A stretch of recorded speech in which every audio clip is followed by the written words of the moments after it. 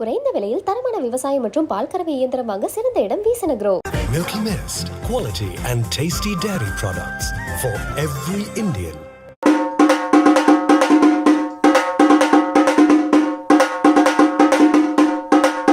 கிட்டத்தட்ட ஒரு 18-19 வயசு வரைக்கும் நம்முடைய வாழ்க்கை இங்கே தான் இருந்துச்சு. இதுதான் நம்முடைய காடு, நம்முடைய தோட்டம். விவசாயத்தை சார்ந்து, ஆடு மாடுகளை சார்ந்து 100 மாடு வச்சுருந்தோம். ஆடும் நிறையா இருந்தது. காட்டில் ஓட்டிகிட்டு போவோம், மாடு பாலும் கறப்போம்.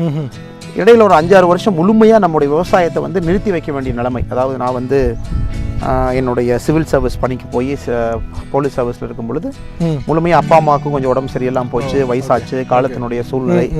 இப்போ எவ்வளோ மேனேஜ் பண்ணுறீங்க ஆடு மாடுகள்? 90க்கு மேலே ஆர்டர் இருக்குண்ணா, 90-95 ஆர்டர் இருக்குது. நேற்று கூட சொன்னாங்க, நான் 1 மாதம் கழிச்சு இன்னைக்கு வரேன், 2-3 குட்டி மேயாமல் இருக்குது, அதுக்கு ஏதோ ஒரு சின்ன ஒரு பாக்டீரியல் இன்ஃபெக்ஷன் இருக்குது அப்படின்னு. இப்போ இந்த மாதிரி நீங்கள் பார்த்தீங்கன்னா அது வளர்த்த முடியாதுங்க. இப்படி ஒரு பேக் ட்ராப்பில் இருந்துட்டு இப்போது ஏஎஸ்பியாக இருந்த அப்புறம் எஸ்பியாக இருந்து சிக்மங்களூர் இவ்வளோ இடத்துல இருந்துட்டீங்கப்போ அவங்களுக்கு வந்து மகனை இந்த பொசிஷனில் பார்த்துட்டாங்க. வெளில எல்லாரும் பையன் போலீஸில் இருக்காப்லையா, ஐபிஎஸ் ஆகிட்டாப்லையா அப்படின்னு ஒரு இது இருக்கும்.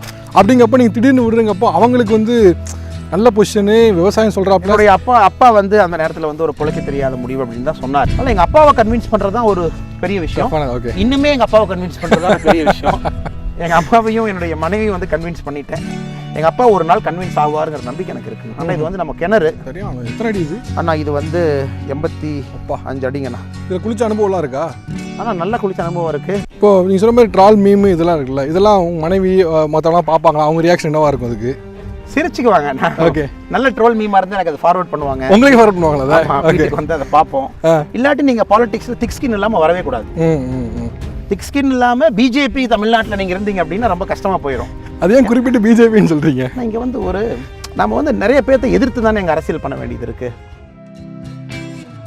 இந்த பொங்கலானது தமிழக பாஜகவின் மாநில தலைவர் திரு அண்ணாமலை அவர்களோட கரூர் மாவட்டத்தில் இருக்கக்கூடிய தனது சொந்த கிராமமான தொட்டம்பட்டி அப்படிங்கிற கிராமத்தில் தான் கொண்டாட போகிறோம். ஸோ திரு அண்ணாமலை அவர்கள்ட்ட விவசாயம் சார்ந்து பேச போகிறோம். அவருடைய பர்சனல் சைட்ஸ் என்ன அப்படின்னு சொல்லி பல்வேறு விஷயங்கள் தமிழக பாஜகவின் மாநில தலைவர் திரு அண்ணாமலை அவர்களோட நிறைய இன்ட்ரெஸ்டிங்கான விஷயங்கள் பேச போகிறோம்.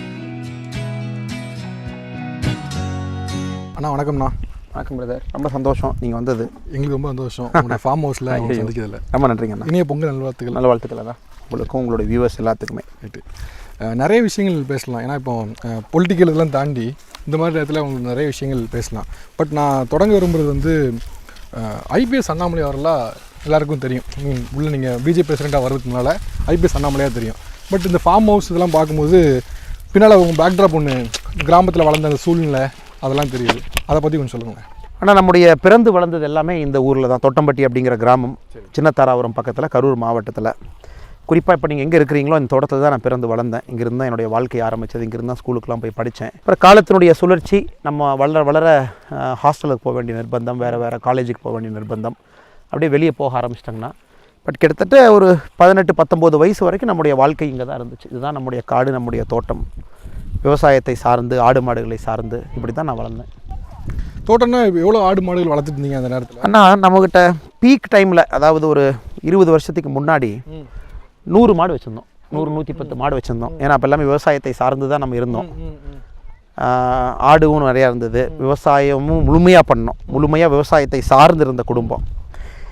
இந்த பகுதி பார்த்திங்கன்னாங்கன்னா கொஞ்சம் அப்படியே வறட்சியாக ஆரம்பித்தது. இந்த குறிப்பாக அந்த அரவக்குறிச்சி இருக்கக்கூடிய இந்த பகுதி முதல்ல பார்த்திங்கன்னா மானாவாரியாக ஒரு நெல் போடலாம், மானாவாரியாக வந்து நீங்கள் வந்து ராகி போடலாம், மானாவாரியாக வந்து புகையில போடலாம். அப்படி இருந்த ஒரு ஊர் வந்து அப்படியே மாறி மலையை மட்டும் நம்பி இருக்க ஆரம்பிச்சது. அப்படியே நம்மளும் படிப்படியாக விவசாயம் என்பதை வந்து ஆடுக்கு மாற ஆரம்பித்தோம். சோளங்கம்பு அந்த மாதிரி போட்டுக்கிட்டு ஆட்டுக்கு மாற ஆரம்பிச்சு கடைசி 15 வருடம் நீங்கள் வரும்போது எல்லாம் பார்த்துருப்பீங்க. பெரும்பாலும் இந்த மாதிரி புல்லு தான் இருக்கும், ட்ரை ஏரியா, கொழுக்கட்டை புல். மக்கள் அதிகமாக வந்து ஆடு மாடு வளர்த்தி இந்த புல்லை மேய வச்சு குட்டி விற்றுக்குவாங்க, அல்லது மாடு பால் கொடுப்பாங்க. இங்கே வந்து நீங்கள் வந்து வேறு ஊரில் பார்க்குற மாதிரி ரொம்ப பச்சை பசேர்னு நம்ம சில இடத்துல பார்க்குற மாதிரி, பொள்ளாச்சி மாதிரி பார்க்க முடியாது, அந்த மாதிரி பார்க்க முடியாதுங்கண்ணா. இது வந்து ஒரு மாதிரி வறட்சியான ஒரு பகுதியில் இருக்கக்கூடிய ஒரு விவசாயம். ஓகே, ஒரு 100 ஆடு 100 மாடு அந்த நேரத்தில் நீங்களும் அப்போ மேனேஜ் பண்ணிப்பீங்க? இல்லைண்ணா, அப்போ நல்லா சின்ன பையன். எங்கள் தாத்தா எங்கள் அப்பா இருந்தாங்க அந்த காலத்தில். எனக்கு நினைவு தெரிஞ்சு படிப்படியாக 30-20 அப்படின்னு குறைச்சிட்டு வந்து மேனேஜ் பண்ணுற அளவுக்கு நிறுத்தி. நீங்கள் எப்போ அந்த இதுக்குள்ளே ஆடு மாடுகளை பார்த்துக்கிறதுலாம் எந்த வயசில் ஆரம்பிச்சு? இல்லை, அப்போவே வந்து நம்ம சின்ன வயசாக இருக்கும் பொழுது அப்படியே கூட இருப்போம். ஆட்டை கொண்டு போய் நம்ம வந்து காட்டில் ஓட்டிகிட்டு போவோம். மாடு பாலும் கறப்போம். ஒரு காலகட்டத்தில் வளர்ந்து வந்தோம். இடையில் ஒரு 5-6 வருஷம் முழுமையாக நம்முடைய விவசாயத்தை வந்து நிறுத்தி வைக்க வேண்டிய நிலைமை. அதாவது நான் வந்து என்னுடைய சிவில் சர்வீஸ் பணிக்கு போய் போலீஸ் சர்வீஸில் இருக்கும் பொழுது முழுமையாக அப்பா அம்மாவுக்கும் கொஞ்சம் உடம்பு சரியெல்லாம் போச்சு, வயசாச்சு, காலத்தினுடைய சூழ்நிலை, விவசாயத்தை சரிவராக பார்த்துக்காமல் இருந்தாங்க. அப்புறம் நான் எப்போ வந்து ரிசைன் பண்ணிவிட்டு திரும்ப வந்தனோ அப்போ மறுபடியும் தோட்டத்தை வந்து திரும்பி எடுத்து கொஞ்சம் கொஞ்சமாக அப்படி க்ளீன் பண்ண ஆரம்பித்து கொஞ்சம் கொஞ்சமாக அந்த தோட்டத்துக்குள்ளே முடிஞ்ச வரைக்கும் பச்சையை கொண்டு வந்து முடிஞ்ச வரைக்கும் திரும்ப ஆட்டையெல்லாம் கொண்டு வந்து, இப்போ நீங்கள் இந்த டைமுக்கு இல்லை அங்கெல்லாம் பார்த்துருக்கலாம். நீங்கள் நெக்ஸ்ட்டு வந்து இப்போ தான் எல்லாம் உழவெல்லாம் ஓட்டி போட்டிருக்கோம். அடுத்த மழை வரும்பொழுது சோளங்கம்பெல்லாம் போடுவோம். பின்னாடி தட்டெல்லாம் பார்த்துருப்பீங்க. சோளங்கம்பெல்லாம் போட்டு ஒரு ஆட்டு பண்ணை வைக்கலாம் அப்படின்னு சொல்லிட்டு ஆரம்பித்தோம். அந்த ஆடுக்கு என்ன தேவையோ அதுக்கு தகுந்தாற் போல் அந்த விவசாயத்தை செட் பண்ணி கொண்டு வந்தாங்கண்ணா. அதாவது பில்லு, சோளங்கம்பு, அப்புறம் இந்த மாதிரி நீங்கள் பார்ப்பீங்க அதெல்லாமே வந்து பெரிய பெரிய புல் நீங்கள் அறுக்க நேப்பியர் கிராஸ் அப்படிம்பாங்க, வளர்ந்துக்கிட்டே இருக்கும். அதுக்காக செட் பண்ணதுங்கண்ணா. இது வந்து ஒரு ஆட்டு ஃபார்மாக அந்த தோட்டத்தை மாற்றணும். ஆட்டை நிறையா ஒரு 200-300 ஆட்டுக்கு நம்ம கொண்டு போனால் கூட அதன் மூலமாக இதுக்கு எல்லாம் ரா மெட்டீரியல் சப்ளையாக மாற்றணும்னு தான் ஆரம்பித்தோங்கண்ணா. இப்போ எவ்வளோ மேனேஜ் பண்ணுறீங்க ஆடு மாடுகள்? இப்போ ஆடு வந்து இப்போ நம்ம தோட்டத்தில் ஒரு 90க்கு மேலே ஆடு இருக்குண்ணா. 90-95 ஆடு இருக்குது. அந்த ஆடு எதுக்கு இருக்குன்னா எல்லாமே இப்போ பச்சை புல் மேய்ஞ்சிக்கிட்டு இப்படி தாங்கண்ணா இருக்குது. இப்போ கிட்டத்தட்ட பழைய நம்பர் கொண்டாந்துட்டீங்களா? 100 ஆடு கொண்டாந்துச்சுன்னா. பட் என்னுடைய ட்ரீம் வந்து இதை முழுமையாக வந்து ஒரு ஆட்டு ஃபார்மாக மாற்றணும் அப்படிங்கும்பொழுது கிட்டத்தட்ட ஒரு 400-500 வரைக்கும் கொண்டு போகலாம் அப்படிங்கிறது என்னோட எண்ணம். அதுக்கு முழுமையாக நான் உள்ளிருந்து பார்க்கணும்.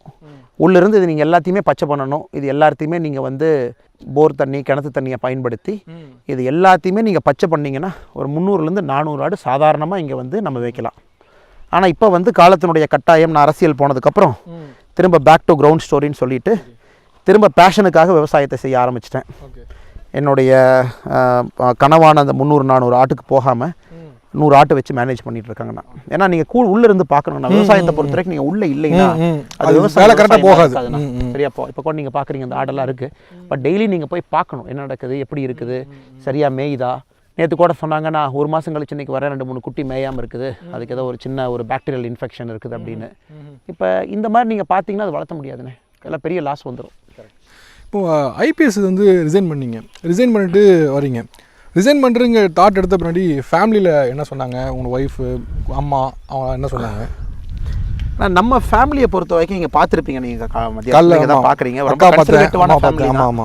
அப்பாவை பார்த்துருப்பீங்க, கருவில் அம்மா இங்கே பார்த்தீங்க. இவங்களாம் இந்த ஊரை நம்பி, கிராமத்தை நம்பி, இந்த வில்லேஜ் நம்பி தான் அவங்களுடைய வாழ்க்கை. முழுமையாக அவங்களுடைய அர்ப்பணிப்பு எனக்கு என் மேலே போட்டு என்னை படிக்க வைக்கணும் அப்படிங்கிறதுக்கு தான் அவங்களுடைய முழு எஃபர்ட் இருந்துச்சு.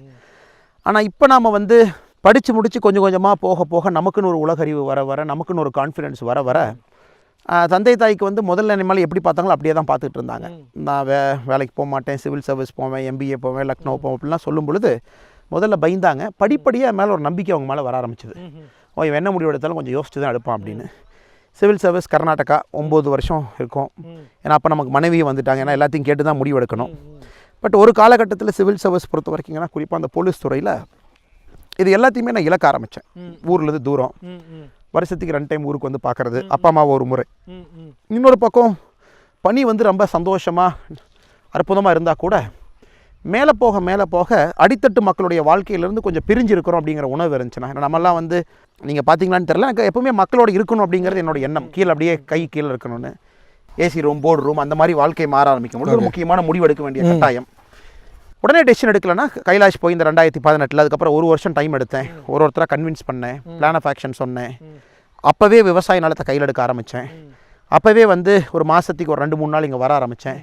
நீங்கள் பார்க்குற அந்த போர் அப்போ நான் போட்டது தண்ணி வசதி இல்லாமல் இங்கே ஒரு போரு, அந்த செட்டிக்காட்டுக்குள்ளே இன்னொரு போரு, அதெல்லாம் போட்டு ஃபஸ்ட்டு தண்ணி வசதி ஏற்படுத்தினேன். தண்ணி வசதி ஏற்பட்டு இந்த காடெல்லாம் இப்போ பார்த்தீங்கன்னா இவ்வளோ நீட்டாக இருக்குண்ணா. முதல்லலாம் இந்த மாதிரி இல்லை.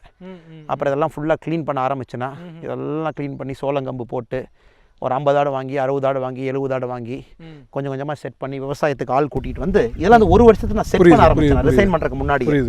அப்போ அவங்களுக்கு ஒரு நம்பிக்கை, சரி தப்பான முடிவு எடுக்கல ஏதோ பிளான் வச்சிருக்கா.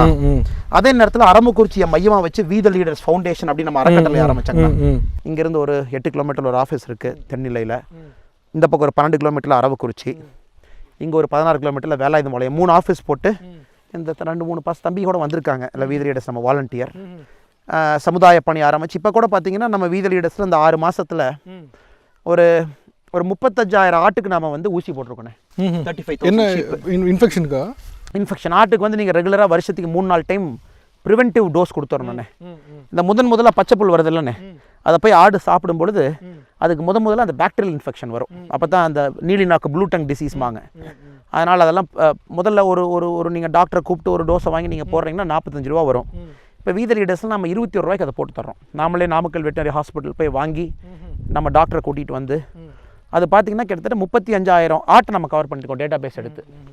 அதே போல் மாட்டுக்கெல்லாம் இப்போ அம்மை நோய் வர ஆரம்பிச்சதுண்ணே 3 months பேக்கு. மாடு கிட்டத்தட்ட ஒரு 1500 மாட்டுக்கு மேலே அம்மை நோய்க்கு தடுப்பூசி. அப்புறம் இயற்கை விவசாயத்துக்கு 4 வாலண்டியர் இருக்காங்க. கிராமமாக போய் இப்போ நம்ம தோட்டத்தில் நீங்கள் பார்க்குற எல்லா காய்கறியுமே இயற்கை விவசாயம்ண்ணே. திரும்ப உரங்கள் வந்து செயற்கை உரங்கள் எல்லாமே ஆட்டுடைய புழக்க, மாட்டுடைய சாணி நம்ம திரும்ப ரிட்டர்ன் போகும்போது காட்டுறோம். ஓகே, அதான் இன்றைக்கி நானும் நம்ம நண்பர் சாப்பிடும்போது கூட சொன்னோம், கிட்டத்தட்ட 5-6 காய்கறிகள் இங்கேருந்து எடுத்து சாப்பிட்றோம்.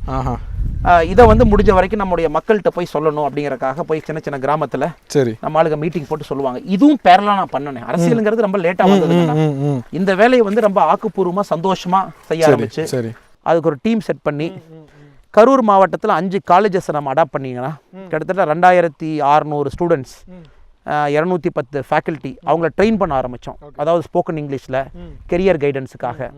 அது ஒரு பேரலாக போச்சு. கிட்டத்தட்ட இதெல்லாம் பார்க்கும்பொழுது அவங்களுக்கு தெரிஞ்சது ஒரு அவசரத்தை எடுத்த முடிவு இல்லை அப்படின்னு ஒரு திட்டவட்டமாக யோசிச்சு. சரி, ஓகே, ஆமாங்கண்ணா. பட் இருந்தாலும் இப்போ இப்படி ஒரு பேக் ட்ராப்பில் இருந்துட்டு இப்போ ஏஎஸ்பியாக இருந்தால் அப்புறம் எஸ்பியாக இருந்து சிக்மங்களூர் இவ்வளோ இடத்துல இருந்துட்டீங்கப்போ அவங்களுக்கு வந்து மகனை இந்த பொசிஷனில் பார்த்துட்டாங்க. வெளில எல்லாரும் பையன் போலீஸில் இருக்காப்லையா, ஐபிஎஸ் ஆகிட்டாப்லையா அப்படின்னு ஒரு இது இருக்கும். அப்படிங்கப்போ நீங்கள் திடீர்னு விடுறீங்கப்போ அவங்களுக்கு வந்து நல்ல பொசிஷனு, விவசாயம் சொல்கிறாப்புல சரி எல்லாம் ஓகே, பட்டு ஒரு கவர்மெண்ட் உத்தியோகம்னு ஒன்று இருக்கும்ல, அதை விடுறது அவங்களுக்கு அந்த இது இருந்துச்சா? என்னுடைய அப்பா வந்து அந்த நேரத்தில் வந்து ஒரு பிழைக்க தெரியாத முடிவு அப்படின்னு தான் சொன்னார். சரி, டெசிஷன் எடுக்கும் அதுதான் கேட்டேன். எல்லா பேரண்ட்ஸும் வந்து உண்மையை சொல்லணுங்கன்னா நம்ம வந்து சும்மா வந்து மறைச்சு பேசக்கூடாது. பிழைக்க தெரியாமல் ஒரு முடிவு எடுக்கிறா, இந்த மாதிரி வந்து ரிசைன் பண்ணக்கூடாது அப்படின்னு. பட் எனக்கு வந்து சண்டை போட்டு சில விஷயம் செய்கிறத விட என்னுடைய கோணத்தில் பேஷனில் ரொம்ப தீர்க்கமாக இருந்தேன்னா டைம் எடுத்து கன்வின்ஸ் பண்ண பார்த்தேன். சின்ன வேலைகள் நடக்க ஆரம்பிக்கும் பொழுது ஆரம்பத்தில் கன்வின்ஸ் ஆகலைனா கூட அம்மா எப்பவுமே உங்களுக்கு தெரியும் பிளைண்டாக சப்போர்ட் பண்ணுவாங்க. உங்கள் வீட்லேயும் சரி, என் முக்கால்வாசி வீட்டில் வந்து அம்மா அந்த மாதிரி ஒரு பிளைண்ட் சப்போர்ட் என்ன இருந்தாலும். மனைவி வந்து என் கூடவே இருக்கிறனால அவங்களுக்கு என் தாட் ப்ராசஸ் தெரியும். 10 வருஷமாக கூட இருக்காங்க, பார்க்குறாங்க. அதனால் எங்கள் அப்பாவை கன்வின்ஸ் பண்ணுறது தான் ஒரு பெரிய விஷயம். இன்னுமே எங்கள் அப்பாவை கன்வின்ஸ் பண்ணுறது தான் பெரிய விஷயம். எங்கள் அம்மாவையும் என்னுடைய மனைவியும் வந்து கன்வின்ஸ் பண்ணிட்டேன். எங்கள் அப்பா ஒரு நாள் கன்வின்ஸ் ஆகுவாருங்கிற நம்பிக்கை எனக்கு இருக்குங்க. ஓ, இன்னும் கன்வின்ஸ் பண்ணிட்டே தான் இருக்கீங்க, பண்ண சரிதான் அப்படின்னு. ஆனால் இது வந்து நம்ம கிணறு, இதை வந்து கொஞ்சம் சரி பண்ணணும். நல்லா ஆழம் நீங்கள் பார்க்கலாம். தண்ணி கொஞ்சம் கீழே இருக்குது. ஏற்கனவே சொன்ன மாதிரி இப்போ வரல வறட்சி. தண்ணி நார்மலாக மேலே இருக்கும். சரியான எத்தனை அடி இது அண்ணா? இது வந்து 85 அடிங்கண்ணா. இதில் குளிச்ச அனுபவம்லாம் இருக்கா? ஆனால் நல்லா குளிச்ச அனுபவம் இருக்குது. பட் இப்போ என்னென்னா இப்போ செவரு கொஞ்சம் வீக்கானால குழந்தைங்களை உள்ளே விடுறது இல்லைங்கண்ணா. சரி சரி. இந்த பக்கம் ஒரு கிணறு இருக்குது, அந்த பக்கம் குளிப்போம். அதனால சின்ன வயசில் வந்தபோது குளிச்சதுண்ணா. பாம்பேரி ஃபுல்லாக கட்டினா தான் திரும்ப உள்ளே இறங்க முடியும். Okay okay. மேலே ஏற முடியாதுண்ணே? ஆனால் மேலே கைத்து போட்டு ஏறணும்னு. ஏன்னா நீங்கள் அந்த பெட் இருக்கு பாருங்க, அது கீழே கயிறு போட்டு ஏறணும். அது மாதிரி பெரிய ஒரு அட்வென்ச்சர் அது. நான் இங்கே ஒரு பெட்டு, இங்கே ஒரு பெட்டு, அதெல்லாம் இடிஞ்சு உள்ள விழுந்துச்சு. இப்போ அடுத்த கட்ட சரி. இப்போ கிணத்துல குளிக்க சான்ஸ் இல்லாமல் போயிடுச்சு. இதுக்குள்ளே குளிக்க முடியாதுண்ணே, இல்லாமல் போயிடுச்சு. இப்போ ஏறி எல்லாத்தினாலும் இறங்கி ஏற முடியாது. சரி சரி சரி. இப்போ பிஜேபியோட தலைவர் ஆகிட்டீங்க, தமிழ்நாடு மாநில தலைவர் ஆகிட்டீங்க. இப்போ அப்பா வந்து பார்த்துருப்பாங்க, ப்ரெஸ் மீட் கொடுப்பாங்க, பார்த்துருப்பாங்க, உங்களை பற்றி செய்தி வருது, ஏதாவது ஒன்று வந்துகிட்டே இருக்கு, கண்ட்ரோவர்சியாக நார்மலாக ஏதாவது வந்துகிட்டே இருக்குங்க. இப்போ அவர் ரியாக்ஷன் எப்படி இருக்கு? நான் வீட்டில் வந்து சில ஸ்ட்ரிக்ட் ரூல்ஸ் போட்டிருக்கேன். நீங்கள் வந்து தேவையில்லாத இந்த வாட்ஸ்அப்பு, இந்த ப்ரெஸ் மீட்டு இதெல்லாம் பார்க்கணும். அரசியலுக்கு உங்களுக்கு சம்மந்தம் கிடையாது. நீங்கள் வந்து உங்களுடைய வேலை இத்தனை நாளாக எப்படி இருந்தீங்களோ அப்படி தான் உங்கள் வேலை இருக்கணும். நீங்கள் புதுசாக வந்து ஒரு யூடியூப்பை போய் ஒரு ப்ரெஸ் மீட்டை போய் நம்மளை ஒரு ட்ரோல் மீம் போடுறாங்க, நல்லது 4 பேர் சொல்கிறாங்க, கெட்டது 4 பேர் சொல்கிறாங்க, அதெல்லாம் நீங்கள் பார்க்கக்கூடாது அப்படிங்கிறது என்னுடைய ஃபீலிங். ஏன்னா அவங்களுக்கு தெரியாது அரசியல் எப்படி மாறிக்கிட்டு இருக்குது, களம் எப்படின்னுங்கன்னா. அவங்க அடாப்ட் ஆகிட்டாங்கன்னா இந்த புது வாழ்க்கைக்கு அடாப்ட் ஆகிட்டாங்க. கிராம வாழ்க்கை அப்படிங்கிறனால பெருசாக இன்ட்ரூசிவ் இல்லைனா அவங்க பாட்டுக்கு அவங்க வாழ்க்கையை வாழ்கிறாங்க. இல்லை எந்த விதமான இன்ட்ரூஷனும் கிடையாது. அவங்களுடைய லைஃப்பில் எந்த மாற்றம் இல்லைனா என் லைஃப்பில் தான் கொஞ்சம் மாறி நான் இங்கேருந்து இப்போ சென்னை போக வேண்டிய நிலைமை. அதனால் அவங்க அதே போல் தான் அவங்களுடைய வாழ்க்கை இருக்குது. இப்போது நீங்கள் சொன்ன மாதிரி ட்ரால் மீமு இதெல்லாம் இருக்குல்ல, இதெல்லாம் உங்கள் மனைவி மற்றவங்களாம் பார்ப்பாங்களா? அவங்க ரியாக்ஷன் என்னவாக இருக்கும்? அதுக்கு சிரிச்சுக்குவாங்க. ஓகே, நல்ல ட்ரோல் மீமாக இருந்தால் எனக்கு அதை ஃபார்வர்ட் பண்ணுவாங்க. உங்களுக்கு ஃபார்வர்ட் பண்ணுவாங்களா? வீட்டுக்கு வந்து அதை பார்ப்போம், சிரிப்போம். ஆனால் நம்ம வந்து நான் ஒரு பப்ளிக் ஃபீல்டில் இருக்கேன். அது இயல்பு தான், வர்றது இயல்பு தான். என்னையை பற்றி நீ எப்பவுமே நல்லா தான் எழுதணும்னு சொன்னால் நம்ம டிக்டேட்டரானா, நம்ம என்ன ஹிட்லரா, இடியமீனா? அவங்கவுங்க ரசனையில் அவங்கவுங்க சில விஷயங்கள் கிண்டல் பண்ணுவாங்க, கேலி பண்ணுவாங்க, நல்லதாக சொல்லுவாங்க. அது எல்லாத்தையுமே சமநிலையோடு எடுத்துக்கணும் அப்படிங்கிறது எங்களுடைய ஒரு தீர்க்கமான ஒரு இதுங்கண்ணா. இல்லாட்டி நீங்கள் பாலிடிக்ஸில் திக் ஸ்கின் இல்லாமல் வரவே கூடாது.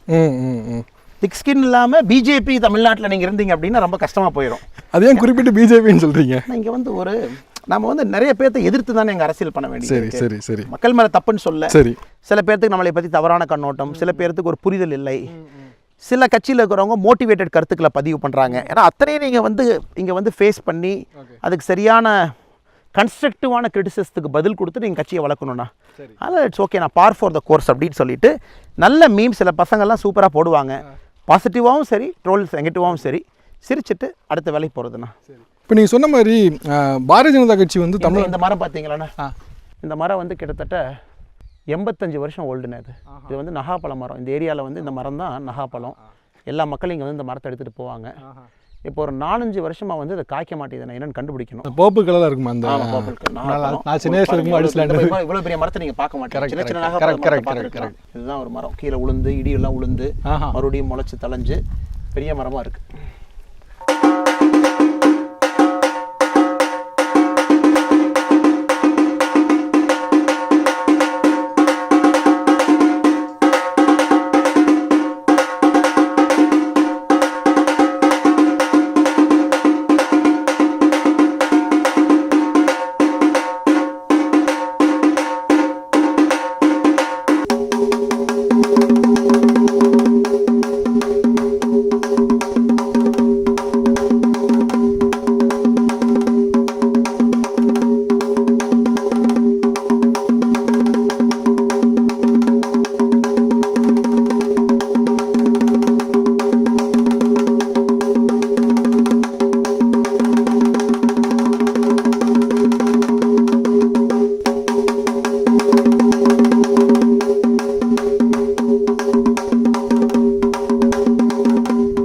நிறைய இடத்துல வந்து ஹிந்தி பயன்படுத்தப்படும் பொழுது அதை வந்து லெஜிட்டிமேட்டாக அதை வந்து எதிர்க்கிறாங்க.